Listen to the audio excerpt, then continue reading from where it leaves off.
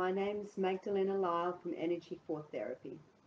So firstly, just thank you so much for joining me tonight and making time out of your evening to hear all about what actually happens in a hypnosis session.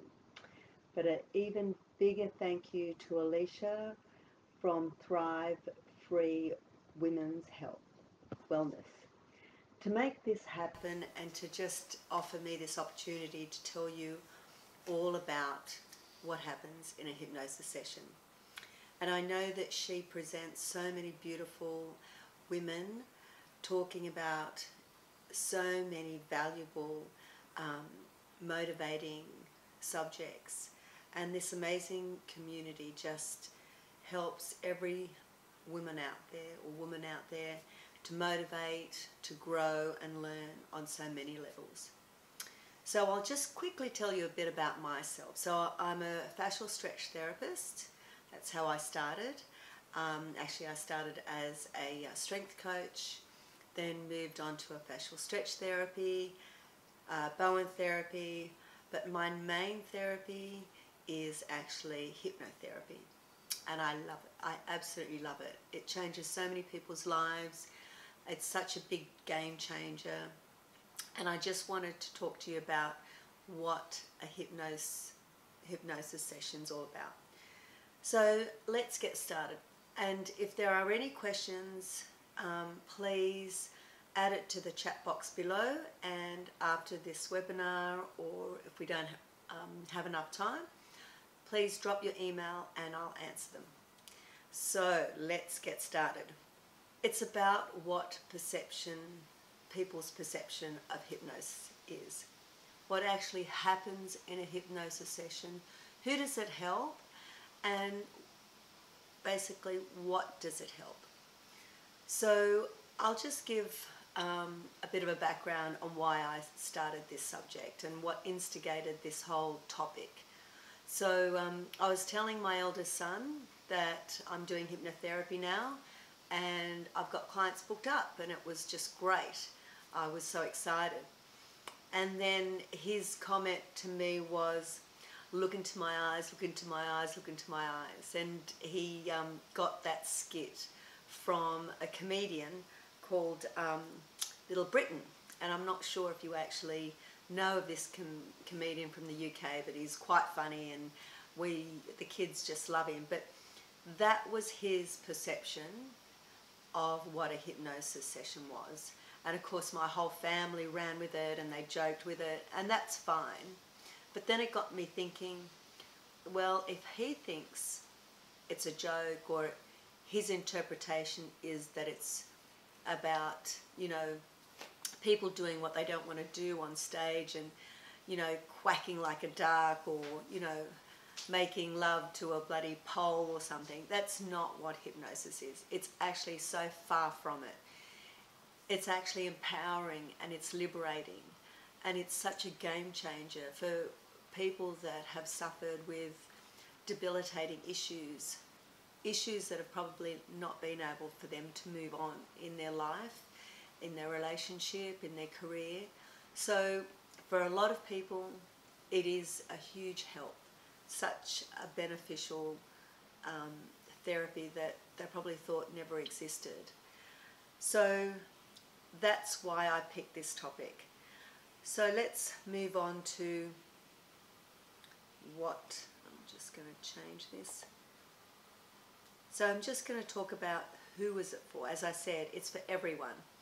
Everyone has something that's stopping them from moving forward, but they might not realise that what it is. They don't even know that they've got any issues that's stopping them, or why they are the way they are. So people that suffer from anxiety, depression, weight issues, and I can just rattle them off, and you'll see them on the slides. You'll see a lot of these issues, but the most common ones would be anxiety and fears and phobias, that, you know, the weight loss. And of course it's been wonderful changing beliefs for these people. But not many people will know that it's actually also very helpful for people that have limiting beliefs or blocks. And what I mean by limiting beliefs and blocks is that whenever you're feeling like you can't achieve a goal, it could be in a relationship, no one loves me, then moving into a career, I can't move on, I can't get that promotion, why isn't financial success come to me, you know, a successful career. And you might think that the people that actually have money and have careers, they deserve it more than me. I'm not worthy of it. I don't deserve it.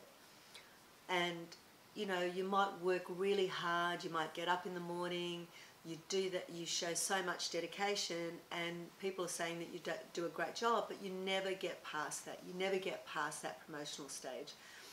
So people might find doesn't come easily. So that's a limiting belief, because there's something that's happened to you that you have this fear, and you get so far and then it stops. And I'll give you an analogy.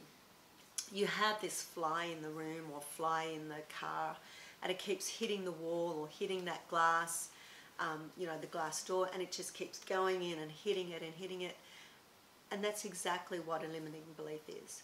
But as soon as you open that door, that flies out, and it's flying out in freedom. It's finally free. And that's what you feel when this limiting belief has been lifted off your shoulders. You feel freedom, you feel liberated, you feel empowered. And it's such a wonderful feeling because you acknowledge it.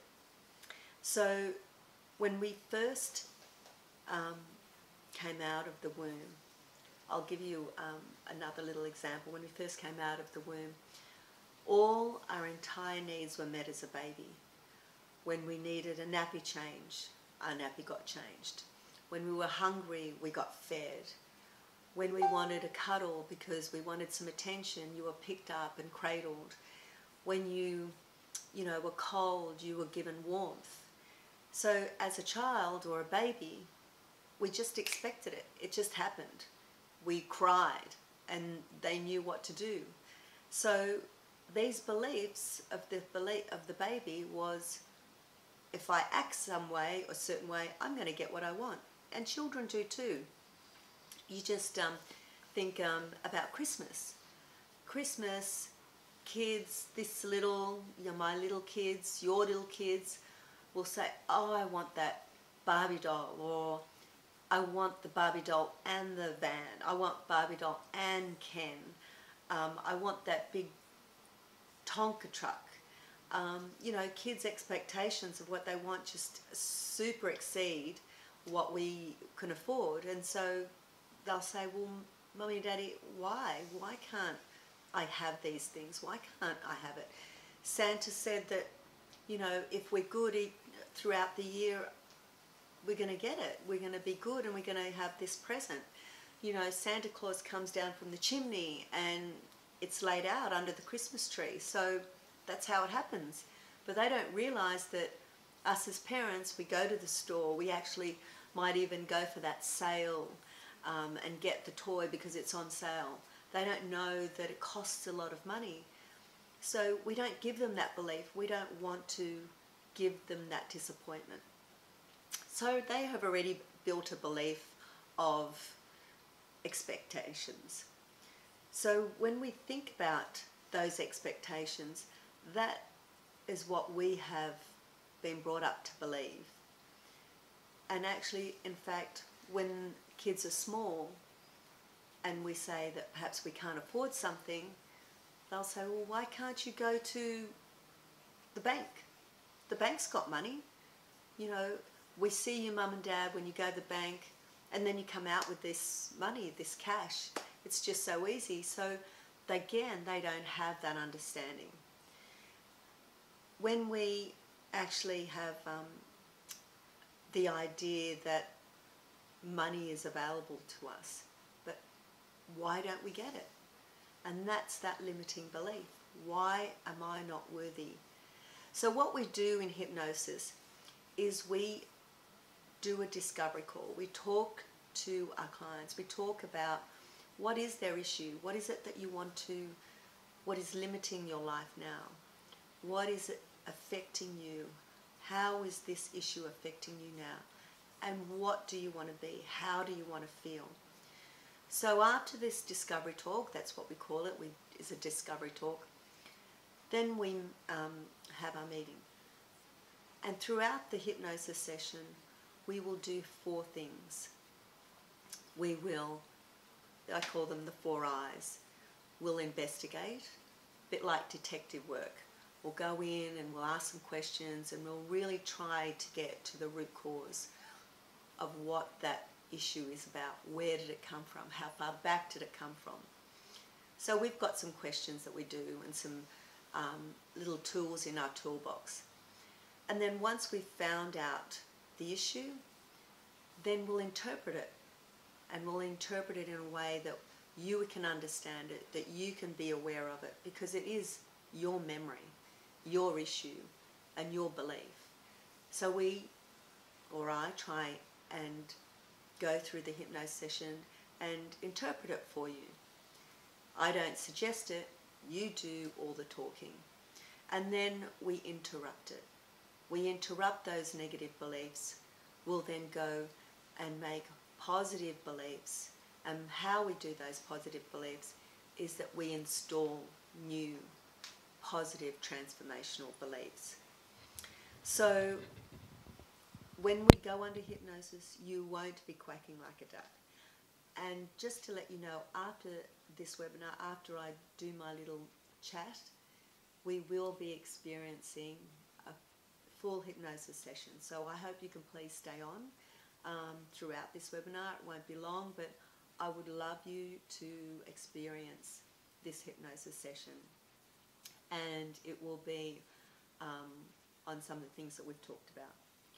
So the limiting beliefs, that's what a lot of people don't understand, is, you know, what holds us back from love, from wealth, from success.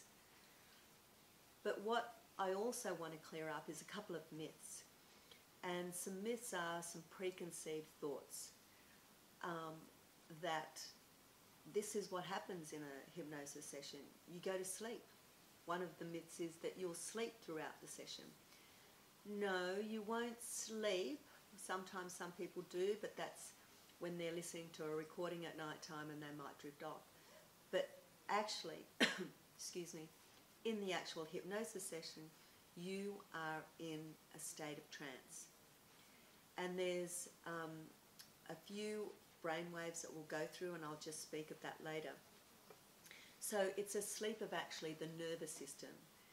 We actually get the conscious mind to just relax and lay dormant, and we want that logic thinking mind to just not interrupt the subconscious, where we awaken that subconscious mind. We want to delve into that unconscious mind and tap into memories of where those issues started. Where did it happen? How did it happen? Who brought that about? You know, so the subconscious mind is where it all holds. So we tap it into that subconscious mind, and we want you to know, especially I do, that in the hypnosis session, everything that you review, all those memories, all those events, all those scenes, are just reviewing. You're reviewing it like this presentation slides. They'll come in and they'll slide one picture, then it'll go off and then it'll slide another picture. So you're just reviewing snapshots of crucial moments in your life, of what brought these beliefs about in the first place. And then you have to understand and really know that it will never be relived, because sometimes these memories, these events are traumatic for some people and really painful, and it can be quite emotional, but you never go back and relive that trauma. You'll be emotional for sure. There'll always be tears, or not always, but most of the time there are tears, and there is a lot of anger as well, because they weren't the person that they wanted to be. They didn't have a voice then. So there are certainly a lot of emotions, and you are always reviewing those events, especially if they're traumatic. You know, they will be very emotional. So when we say, again, of the nervous system is calm, and it's able to tap into that subconscious. And there's 4 of them. I'll just go through quickly the brainwaves now. There's the beta, and that's the day-to-day life. We consciously are going about our daily life routine. We go to work, or we go to school, drop the kids off. So whatever it is, it's our conscious state. Then we have the alpha state, and this is this light trance that you probably don't realize you're in. When you go to work, when you drive to work, when you drive to school, you drive to the gym, you get into this zone. As soon as you get out of that garage, you turn left, you turn right, you go down here and you take this route. That is an automatic program.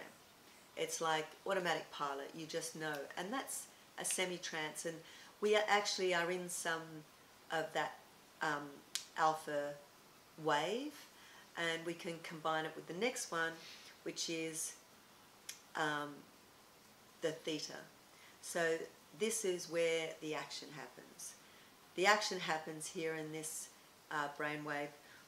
We have all these emotions. You are not asleep, but you do have this state of REM, which is rapid eye movement. And REM is actually when you're sleeping and when you're in hypnosis. They're the only 2 times that you're actually in REM.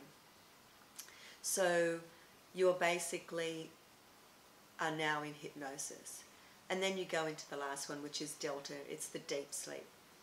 So whilst we're talking about the depth of sleep, and we talked about some of the things that hypnosis can help with, I just wanted to take this opportunity to show you this wonderful, introduce you to this wonderful client. It's just a short video that I want to talk about. So she suffered from anxiety, and she had migraines all of her life. She was a beautiful mother who had 2 beautiful kids, but she was so debilitated with these migraines, and she'll feel quite anxious.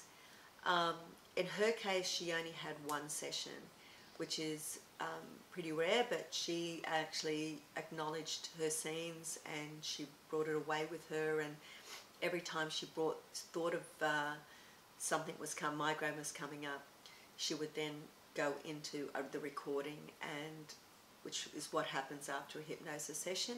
You'll get a recording and you listen to it for 30 days. Hi there, my name's Susan. I'm making this video as a recommendation. My experience with Energie4 with Magdalena for hypnotherapy has been amazing. I originally went to see her under recommendation from a friend.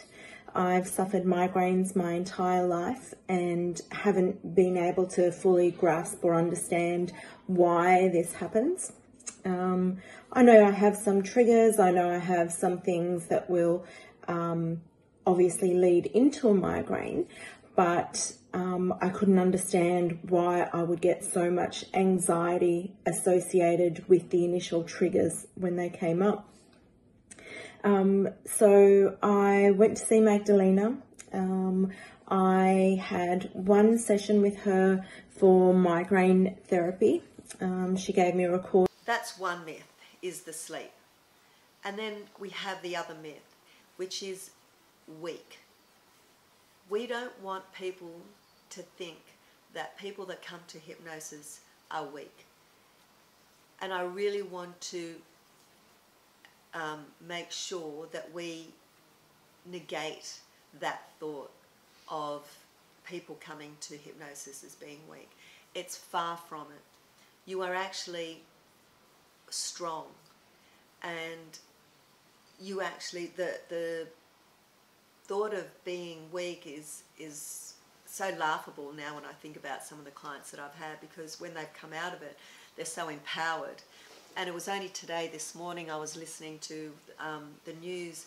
Prince Harry came out and said that he gave a talk on people having help, and he said, you know, in his in royalty, you know, you don't want to look at help. How dare you actually ask for help in mental health? So digressing a bit, but you know, he was so adamant that you are not a weak person to ask for help. I just wanted to emphasize that. So you are actually strong enough to understand that when you need help, you go and seek it. And we know that, well, I know, and this is what I want to tell you, hypnosis is so much more. It's about being strong and empowered and understanding why you have this issue. For example, I had a client who wanted to lose weight. And actually, I don't say weight loss because it's about loss or losing something. You want to shed weight. You want to shed it. You want to shed like an onion, peel off the layers of these thoughts and negative thoughts. And you want to get into the core, and then, you know, and then there's nothing. So that's why I don't really use weight loss, that term. So she came in to see me, and she wanted to know why she couldn't lose the weight. She was getting bigger. She was never like this when she was young. So when we got to the hypnosis session and we investigated, the whole reason of her getting bigger was that when she was young, she was bullied by her brothers. She was bullied by her kids at school. And she was bullied because she was different. I know for us, red hair doesn't mean anything, but for her at a young age, she was different. She was thin and red-haired, and she was just a target for her brothers and a target for the kids at school. And so she was bullied and traumatized. And she just had this conflicting belief that, well, I'm getting bullied now, but I'm going to be bigger. If only I was bigger, I wouldn't be bullied and I could stand up for myself. So she thought, if I can't be taller, I'm going to get bigger. And once I get bigger, I'll be able to stick up for myself. I'll be able to stand up for myself. I'll have a voice. And so her mind thought, I'm going to suppress and help you not feel that trauma again, to not feel that emotion. So the mind said, okay, I'm going to do what you want. You want to be bigger, I'm going to make you bigger. And that is conflicting belief. The mind is going to always do what you want. It doesn't know what's right or wrong, what's good or bad. All our mind will do is understand that you suffered and it wants to protect you. And it'll do anything that your mind wants it. Because it's helping you. If you're like my client, she wanted to get bigger. So the mind said, okay, I'm going to make you bigger. Let's eat that. So let's cover up that trauma. Let's cover up that emotional pain by having food. Let's eat that. Let's go shopping. Let's buy anything you want that's going to make you happy, that's going to suppress that emotion that you felt as a child. Let's have medicine. Let's do drugs. Let's do all these things to suppress anything, to suppress that painful heartache that you had. So our mind does not really do well with conflicting beliefs. So when we realize that negative belief and we interrupt it with positive beliefs, with suggestions that are transforming into a positive belief, knowing and feeling it, and feeling empowered. So some people will need confidence. So what we're going to do is I'm just going to give you one more myth, and then we're going to go into a hypnosis session. So let's do one more myth, and then we'll get into it. Okay. So this is actually the most deepest, darkest secret. And this is probably the more intimidating, because this is about emotions and secrets that we hold deep inside. We have an emotional pain, or we have a secret that we don't want to tell anyone. We feel vulnerable.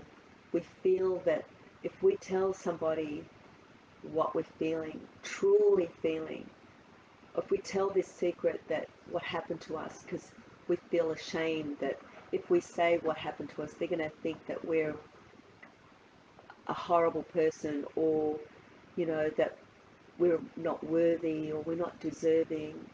And that can be very painful. And it's like a cancer or a cyst. It will grow and eat away at you. It's like a volcano that's going to erupt so soon. It's just, you know, welding up there, boiling, and then one day a trigger will form. A trigger that's going to cause some action of pain, and it's going to make you feel that you're saying things that you don't know why you're saying, because you've been triggered, because you've buried this emotion so deep, and you become resistant in having help. So we cover it up, and being open and honest and talking about those hidden feelings is so scary. And those awful traumatic events, we just can't even bring ourselves to talk about. So when we feel different and not worthy, people or feelings will not be available to us. So we feel that if this secret or this emotion is not let loose, that means I can live life. But you don't. You don't live life to your fullest, because you're not true to yourself. And once you let that secret out, once you let that emotion out, it's empowering, it's liberating. These big, heavy weights, these boulders that's holding you down have been lifted off, and you can just have a fulfilling life. You're not held back by this hidden emotion. And what we really want is to live a joyous, blissful existence. It's not woohoo. It can be a reality for some people. Understanding is power, and power is understanding. So finding out what is really holding you back is a game changer. And I said that earlier.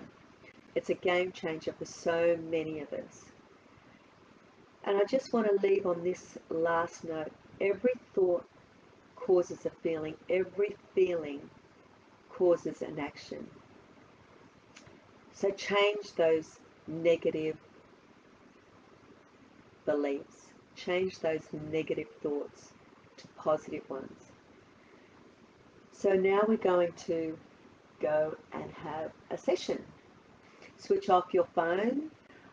Please don't have any disturbances, or if the dog, like that one back there, is going to be around, make sure they're calm and that no one interrupts you.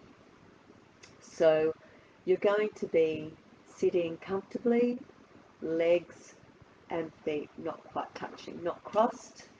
I'm going to ask you at some stage in the beginning, through the hypnosis, is to have your arms outstretched like that. And you'll hold them out like you're riding a bicycle. So they're just some administrative things, just being comfortable and relaxed. So once you're comfortable and relaxed, I'm going to tell you, we talked about REM. So REM, as I said, is that state of when you're sleeping or in hypnosis. So what I'm going to be asking you to do now is to just look up as if you're looking into your own eyebrows or a spot overhead. And I want you to just close your eyelids and keep your eyeballs up. And you'll feel this fluttering feeling, and that's a sign of REM. when you have that fluttering feeling on your eyes, in your eyes. So now I want you to just sit back, relax, with your feet not crossed or touching and your hands not touching. And I want you to just make sure that you're in a comfortable chair. So look up with your eyes as high as possible, as if you're looking into your own eyebrows or a spot overhead. I want you to take a deep breath in, hold that breath, and exhale. And as you're still looking up into your eyebrows, you'll notice that you continue to blink more. And your eyes are becoming droopy, drowsy. And now I want you to take one more deep breath in and exhale. And just keep your eyeballs up. One more time, take a deep breath in and exhale. And you can close your eyelids, keep your eyeballs up. And now you can just let your eyeballs go wherever they want to go and just relax.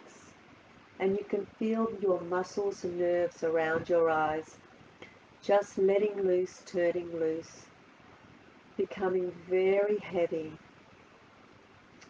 Again, the muscles and nerves in and around your eyes are becoming heavy, limp, and sleepy. Your eyelids feel as if they are glued shut, locked tight. And I want you to just drop your chin just a little, as if you're looking over a balcony.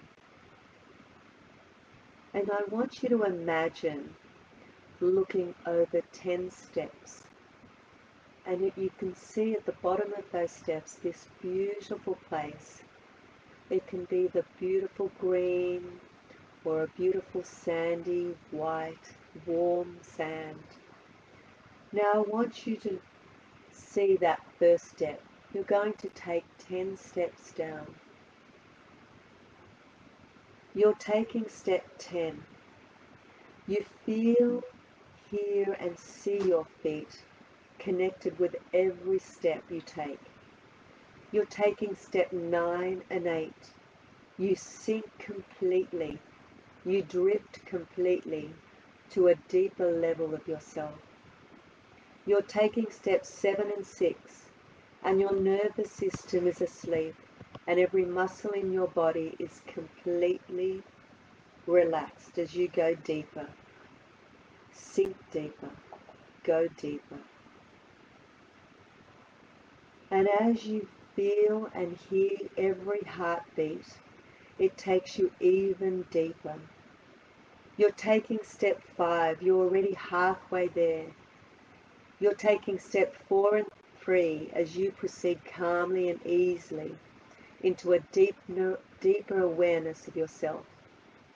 You're taking step 2 and 1 as you drift deeper, go deeper, relaxing level, and every time I click my fingers, you go deeper, deeper, deeper.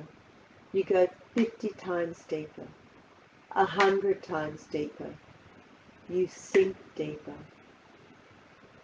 And the deeper you go, the more confident you are as you drift deeper to a calming and relaxing level. You listen with every word you hear in your subconscious mind. And I want you to understand that you are so suggestible. And I want you to outreach your arms as if you're holding onto a bicycle. And I want you to feel like you're holding on to a horse rein. And you're going deeper and deeper, so far deeper that it's so relaxing. And you can imagine on the left hand, you're holding this enormous red fire bucket filled with heavy, wet sand. And it weighs about 20 kilos. And as you think about that bucket full of wet sand, you're holding it in your left hand. You can feel the weight of that bucket pulling your arm down. Your left arm is getting heavier and heavier and heavier.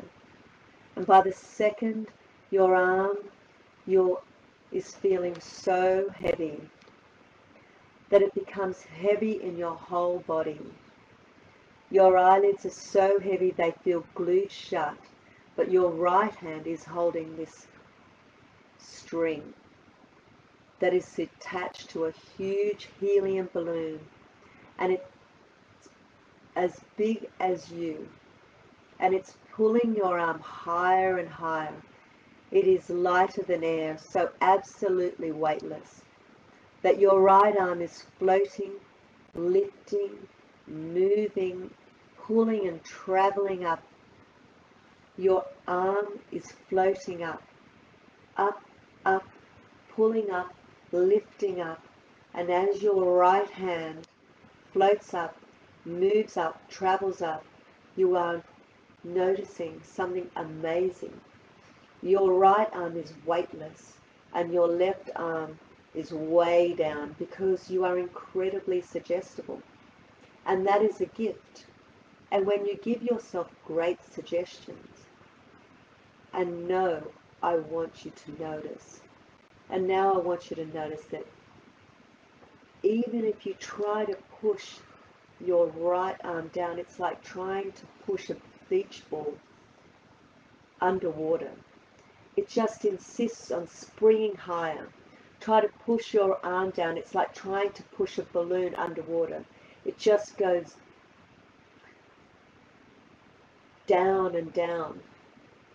And now you're trying to lift your arm up. Your left arm is getting heavier and heavier.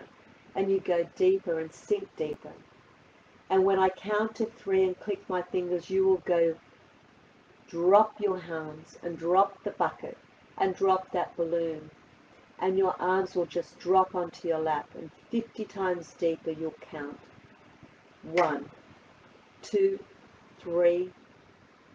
Go deeper. Sink deeper. Deeper. Deeper. Deeper. And now that you can see that you can go right back to a time where you were just a little kid and you heard something, you saw something, experienced something that really shaped your relationship with money. And maybe you saw your mum crying because she didn't have enough money to buy school shoes, and maybe your parents fought about money. Maybe your parents had money, but they didn't want to spend it on you. Maybe you were the poor kid at school or the rich kids at school, either way. And you're going back, so far back, and you're going to have a look at what you believed about money when you were 5.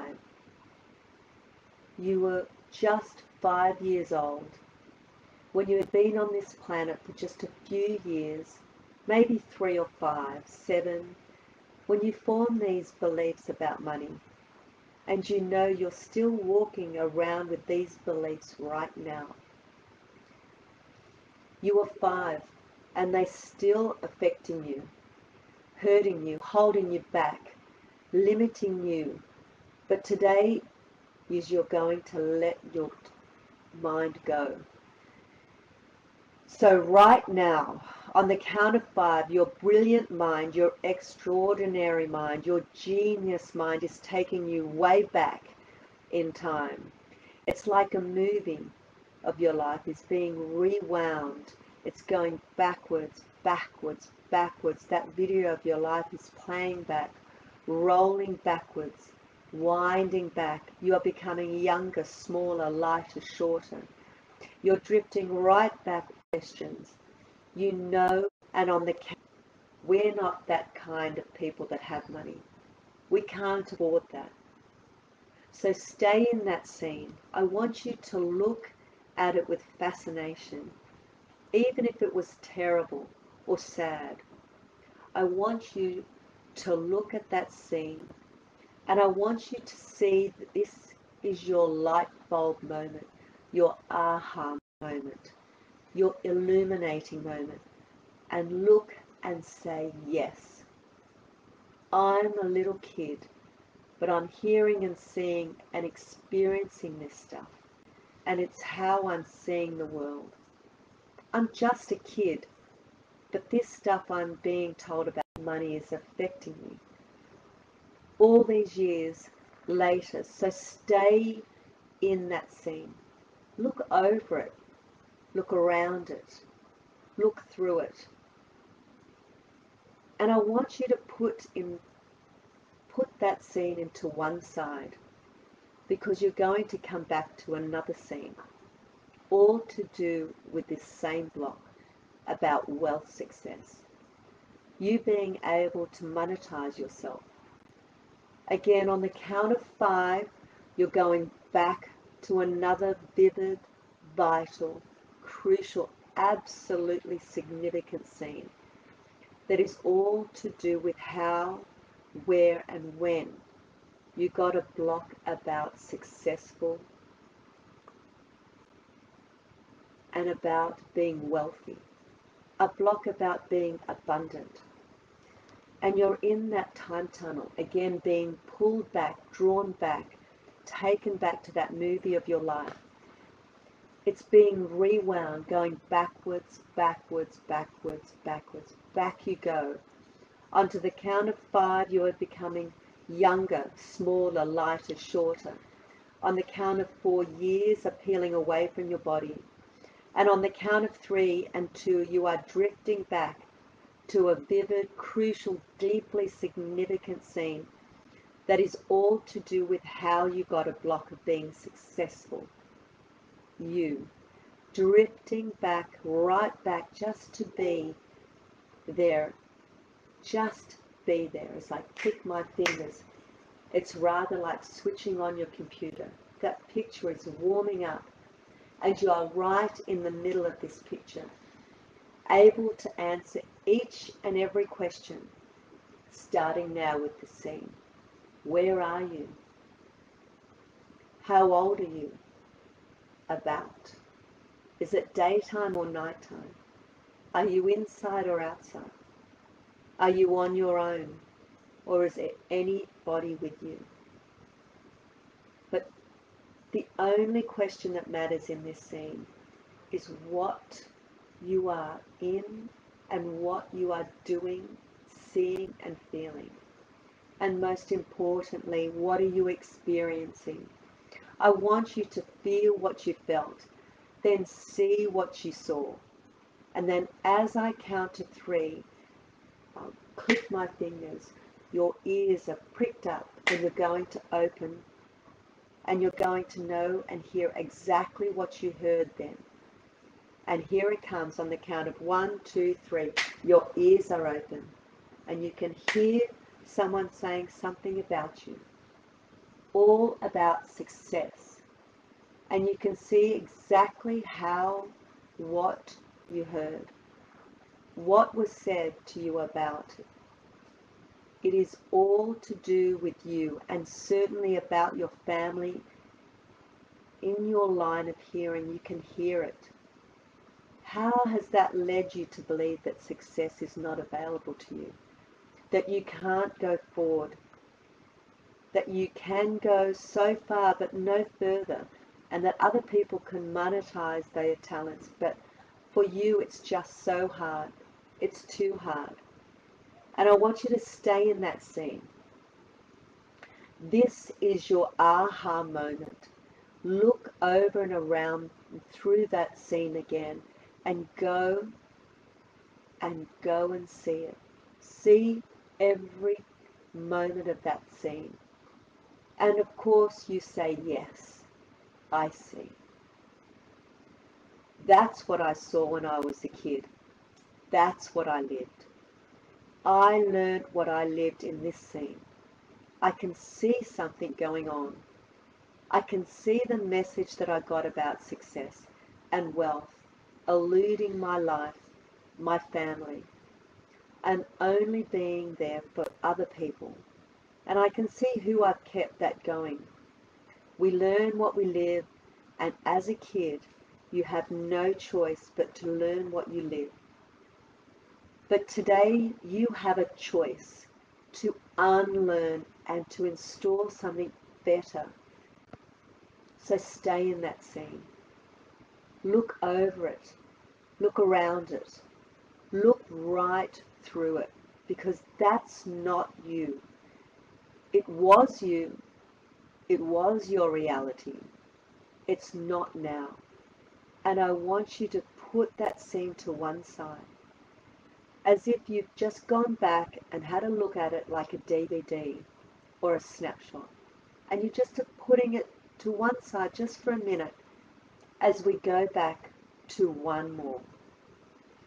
And we're going to go back to a scene all to do with this belief about love being abundant, finding love, keeping love forever.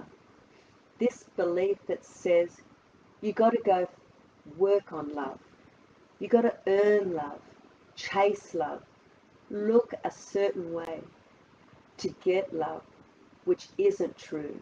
Love is there for you, and you can have it for the rest of your life. You can require it. Once you understand the block, you have that. And that goes, no, I got to have thin thighs and fat hair, but if I've got fat thighs and thin hair, maybe it's not available to me. That's not true. So let's find out. And on the count of 5, you are drifting back to another vivid, vital, crucial, deep, so powerful, significant scene. That is all to do with why you picked up a belief that real love, lasting, amazing, deep love is not available to you. On the count of 4, you are becoming younger, shorter, lighter, smaller, drifting right back to another vivid, vital, crucial, deeply significant scene. On the count of 3, that movie of your life is rewinding, going backwards, backwards, backwards, rewinding more and more, going back years and years. You're becoming younger, smaller, lighter, shorter, drifting right back. And on the count of 3, 2, 1, just be there. And as I click my fingers yet again, it's like you've just switched on that television. The picture is filling up in your mind.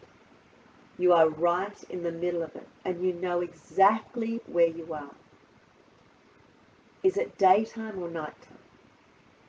Are you inside or outside? Are you on your own or with someone? How old are you about? And that's not the most important question. The most important question is, what are you doing? Seeing, feeling, and experiencing. I want you to feel what you felt. See what you saw. And then, as I click my fingers, I want you to hear exactly what you heard. That, on the count of 1, 2, and 3, it's coming right here.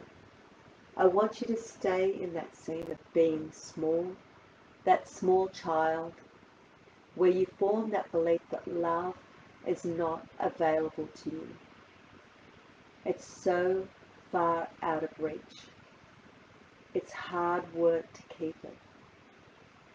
And other people can have love, but you have to earn it. You've got to work for it, run after it, to be perfect, to be good. So stay in that scene. And I want you to see this again as an illuminating aha moment, a light bulb moment. Again, you can literally go, yes, of course, when I was just that kid, my dad wasn't there. My mum was always at work. And I felt that I wasn't enough, because if I was enough, they would have been there for me. And I wouldn't have fought with my sisters. I wouldn't have fought with my brothers. He or she wouldn't have left me. My teacher wouldn't have been mean to me. They would have preferred my brother or my sister My teacher wouldn't have been mean to me, but they were. And because they were, I felt that I was just not lovable enough. And I can see I've carried that belief with me for all these years, but no other reason than that. How I saw the world as a child, and no one came along and said, but that's not you. But today we're going to say that it's not you. So I wanted you to go back to that very first scene. The very first thing I want you to imagine, you're holding the 3 snapshots, those 3 DVDs in your hand. And that first scene where you went back to the money blocks. The second scene where you went back to the success blocks. And the third scene where you went back to the love block. Now I want you to imagine you're looking at a scene, one you're holding in your hand. And I'm going to tell you the truth, that's not you. It was you, but it's not you now. And I want you to repeat after me, and this is so important. So please, remember, we have done the investigation, you've done the investigation, and now we're going to do something called the interruption. You have to interrupt that belief by saying out loud, that's not me. Because when I have you say this, you're going to give me the because. Because I'm not fine. Because the fact that my dad left has nothing to do with how I love and live my life. Because the fact that we were poor doesn't mean I'm not genius. With something to offer the world, I want you to give it 1,000%. I want you to let go of that old stuff. And then when you let go, we can go into that final bit of installing, the coding of abundance.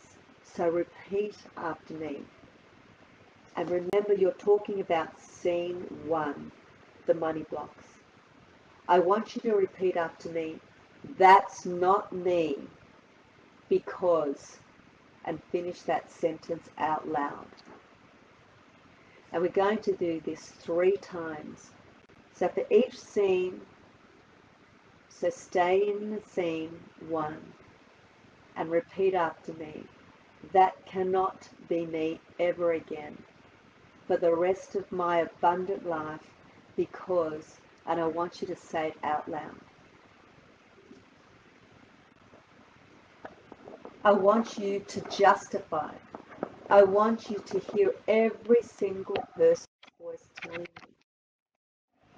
And I want you to voice it. The more you voice it, the more it's true. That will not be me. That cannot be me ever again for the rest of my long, gorgeous life. Because, and finish that sentence. So let's do it for scene 2, and even better and louder. For scene 2, and when you had this belief that success, monetizing your gift was not available, I want you to go, that's not me. That cannot be me. I'm not that little kid. I will never feel like that again. Because, and finish that sentence. And again, still in that scene, you're going to shout out, and you have got to justify to me why that's not you. I want you to go, that's not me, for the rest of my long, abundant life. Because, and now let's go to scene 3. this weird belief that because we didn't have love, it's not available.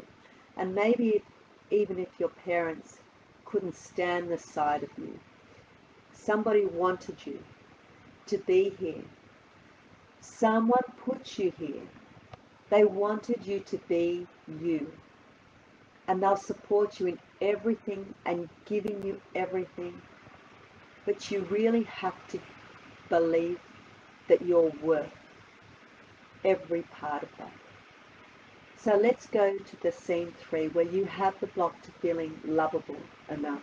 And I want you to go, that's not me.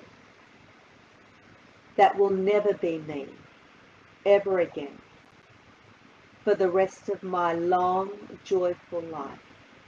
Because, and again, that cannot be me, ever again, never again, because. And one more time, that will never be me ever again for the rest of my long, abundant life, because. And now I want you to repeat some words after me. I want you to do this because you've created a vacancy now. You've created a gap of space that you've left that old stuff out. And when you let old stuff out, it's time to let new stuff in. So I want you to repeat after me. I am enough. I matter. I am deeply significant. I have a great gift. I have so many talents. I know how to monetize my gifts. I was given those gifts to monetize them, to share them with the world. I'm already full of abundance. I'm worthy of abundance. I deserve abundance. And all I want you to think about, what would happen to your world if you were abundant? How many other people would benefit you? See if you are creating wealth and doing great things with it. And the more you do good, you can do, the more your mind will set on fire. The more you're going to achieve things. You're going to change people's lives. You're going to get out and get things done.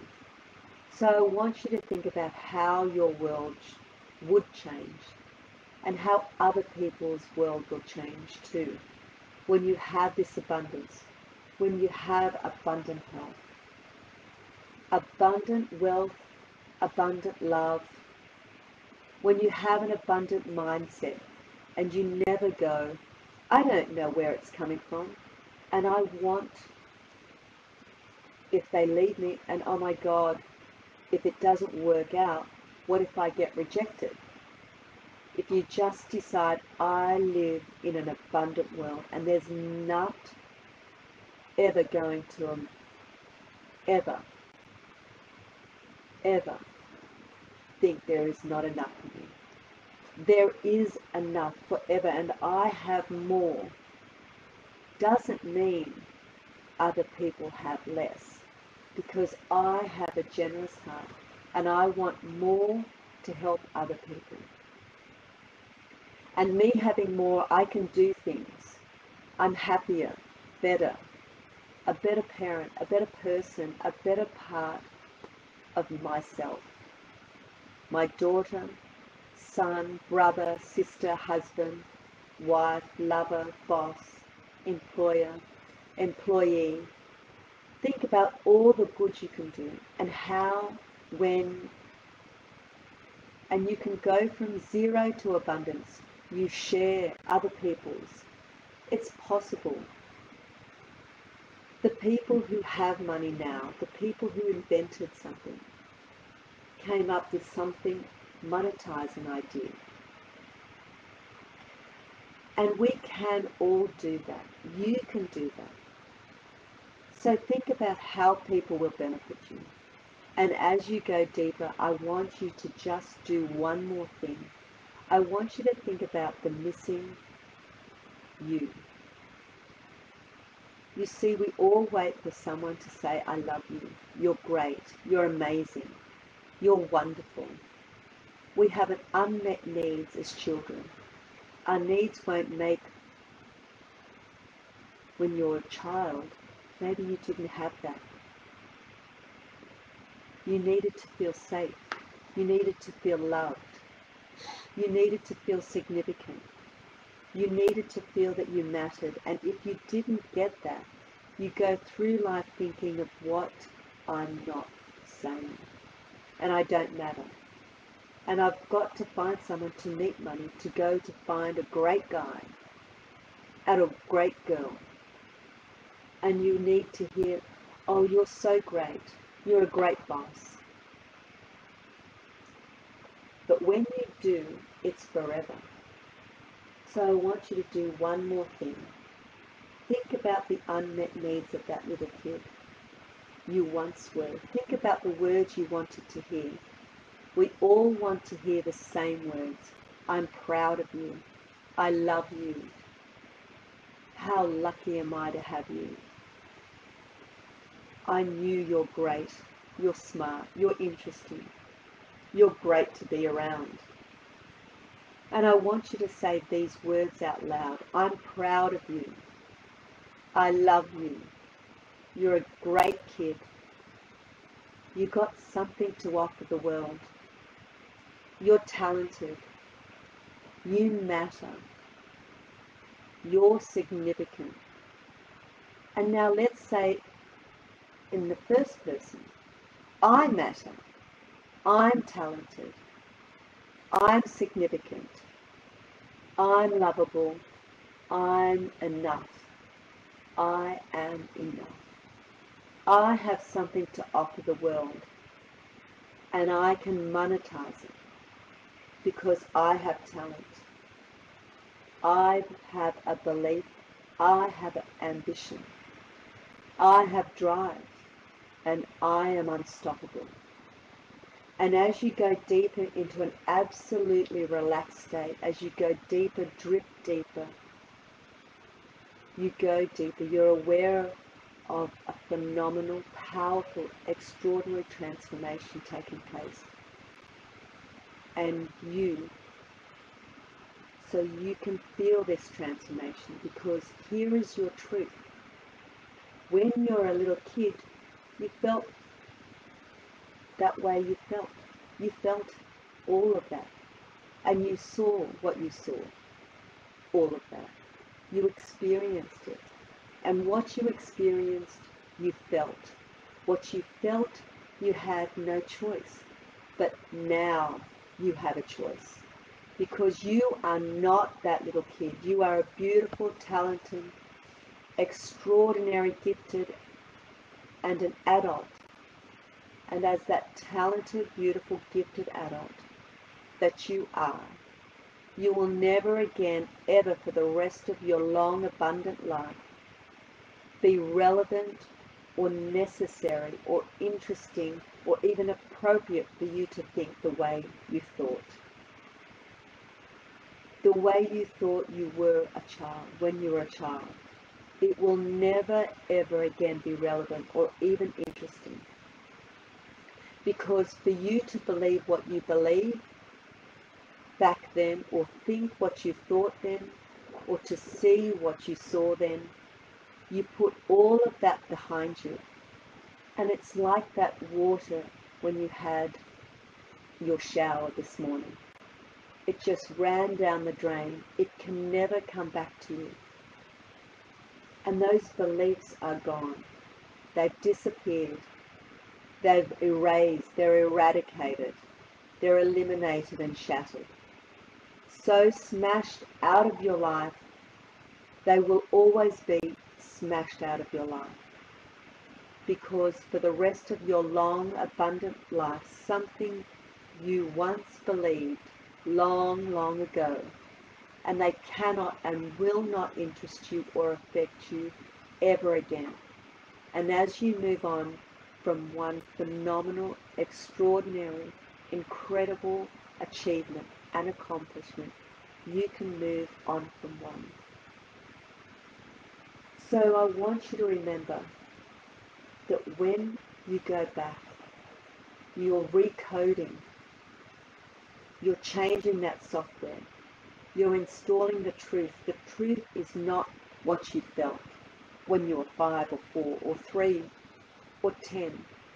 The truth is you are here today knowing that you are an abundant gift, so talented, so significant, that you can have everything, you can be anything, all at the same time. So when you open your eyes, you will sleep so well if you're going to listen to this recording and sleep. You will wake up from this amazing session. But as I said, when you go to sleep tonight, you're going to have the most blissful, undisturbed, deep, amazing sleep. And even when you wake up in the morning, you're going to feel incredible, this beautiful burst of energy, knowing that you are gifted, talented, and extraordinary. So knowing it, feeling it, and believing it, you can just open your eyes and just take a deep breath and come back into the room. And I hope you had a great session, and I would just love your feedback. Thank you and good night.